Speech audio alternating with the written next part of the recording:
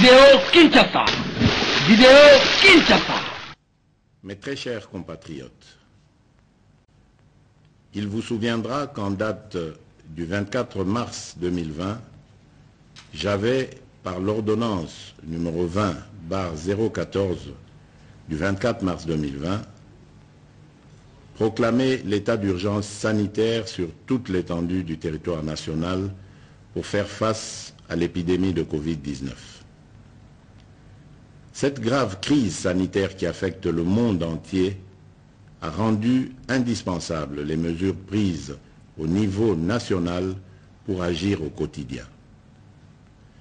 Ainsi, après la première vague des mesures décrétées dans l'ordonnance précitée, j'en ai pris d'autres, rendues nécessaires par l'évolution de l'épidémie dans notre pays.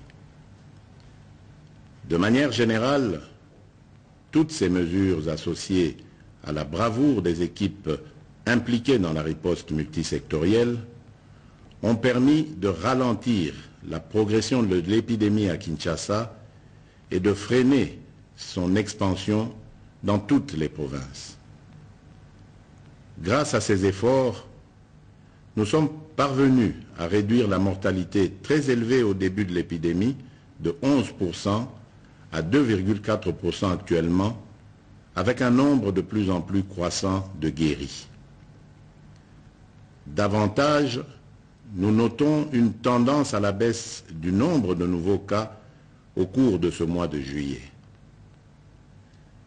Ce bilan nous place sur le plan africain à la 9e place en termes de nombre de cas et à la 12e place en termes de nombre de décès, déjouant ainsi toutes les prévisions catastrophiques qui ont été prédites pour notre pays au début de l'épidémie.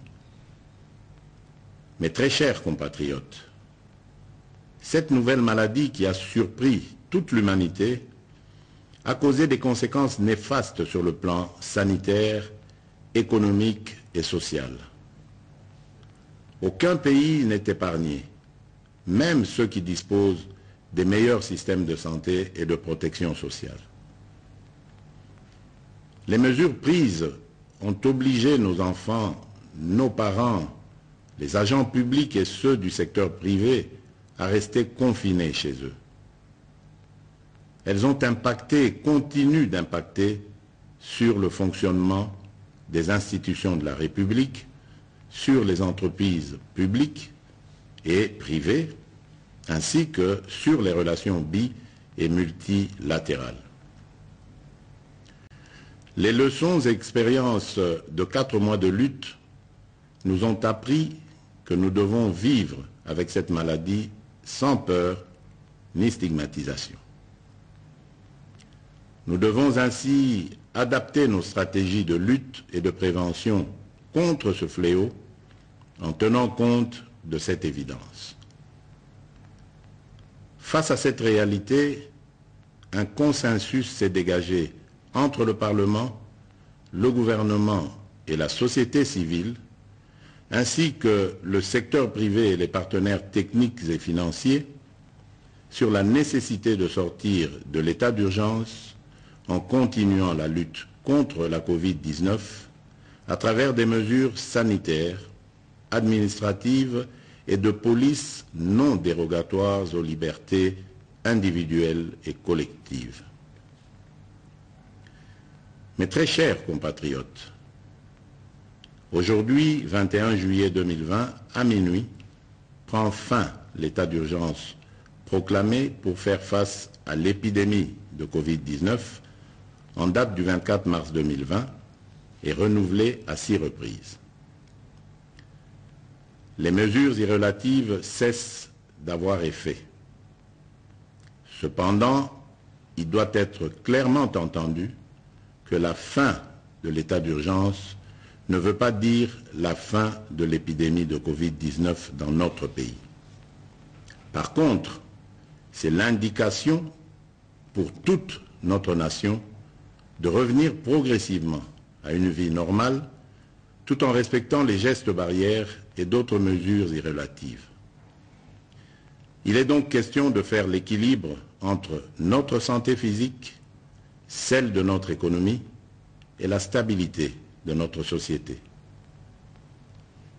La fin de l'état d'urgence implique le retour progressif à la vie normale en respectant un certain nombre de préalables par rapport aux mesures sanitaires qui seront de stricte observation et à la reprise des activités en fonction des secteurs concernés et suivant les dispositifs mis en place par les autorités compétentes. Mes très chers compatriotes, ces préalables comprendront l'engagement des responsables à faire respecter les mesures spécifiques prises par le gouvernement, le renforcement de la sensibilisation et de la communication sur la maladie et sa prévention, ainsi que l'implication des différents acteurs engagés dans la lutte contre la Covid-19 à tous les niveaux. Quant aux mesures qui doivent accompagner le retour progressif à la vie normale, j'instruis ce qui suit. Premièrement, à partir de ce 22 juillet 2020, la reprise des activités commerciales, magasins, banques, restaurants, cafés, bars, entreprises, etc., la reprise des rassemblements, réunions et célébrations, la reprise des transports en commun. Deuxièmement, à partir du 3 août 2020,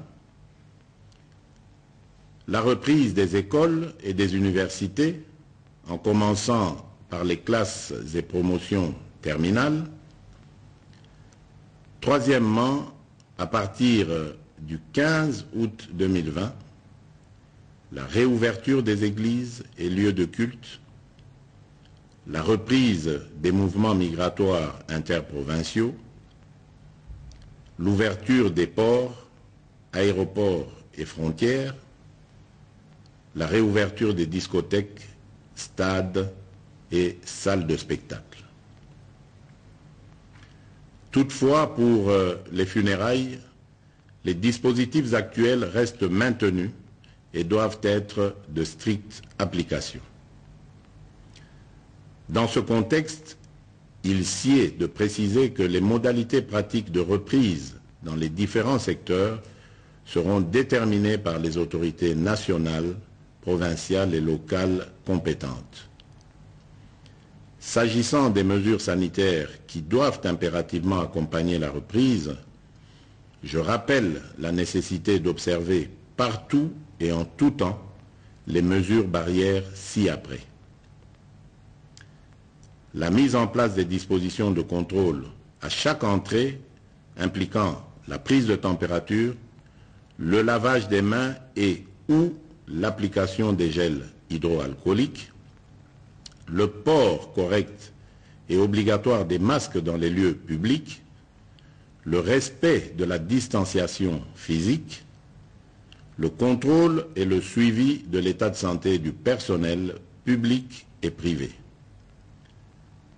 ainsi que la décontamination et la désinfection régulière des lieux d'activité.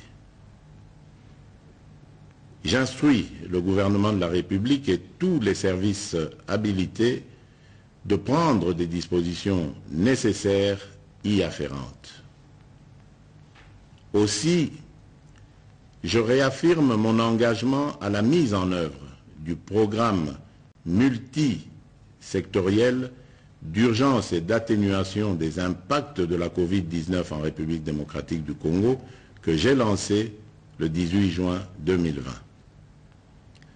Ce programme, qui est toujours en cours de mise en œuvre par le gouvernement, s'articule autour des trois axes ci-après. 1. Riposte, surveillance et renforcement du système de santé. 2. Soutien à la stabilité économique et relance de la macroéconomie. 3. Atténuation des risques et soutien aux populations. À cet effet, j'ai instruit ma task force, le comité multisectoriel le secrétariat technique, le ministre de la Santé et le ministre du Plan, ainsi que l'ensemble du gouvernement, de demeurer en alerte et de redoubler d'efforts dans la surveillance et la prise en charge de cette épidémie. Mes très chers compatriotes, je vous invite au respect strict des mesures barrières ci-dessus décrites et aux adaptations qui vous seront proposées par le gouvernement et les services compétents afin de prévenir toute nouvelle flambée des cas qui risquent de compromettre nos efforts collectifs de contrôle de cette épidémie. J'encourage aussi tous les chercheurs dans les différents domaines à poursuivre leurs efforts dans la recherche des solutions innovantes locales pour contribuer à endiguer cette crise. J'exprime toute ma reconnaissance et tous mes encouragements aux équipes de riposte contre la Covid-19 qui, dans des conditions difficiles, continuent de faire preuve de bravoure et de patriotisme. Je remercie aussi tous les partenaires bi- et multilatéraux qui nous assistent dans cette guerre contre la pandémie. Mes très chers compatriotes, au moment où nous amorçons une autre étape dans cette crise, je ne peux pas oublier toutes ces familles qui ont été directement victimes de ce fléau et pour lesquelles j'exprime toute ma compassion et celle de la nation tout entière. Mes pensées vont également et spécialement au personnel soignant qui, du reste, ont payé un lourd tribut en vies humaines dans l'exercice de leurs fonctions. Mes très chers compatriotes, notre devenir et notre avenir dépendront de notre conscience, de notre comportement, de notre discipline et de notre solidarité, sans oublier notre profonde confiance et notre foi en la grâce divine.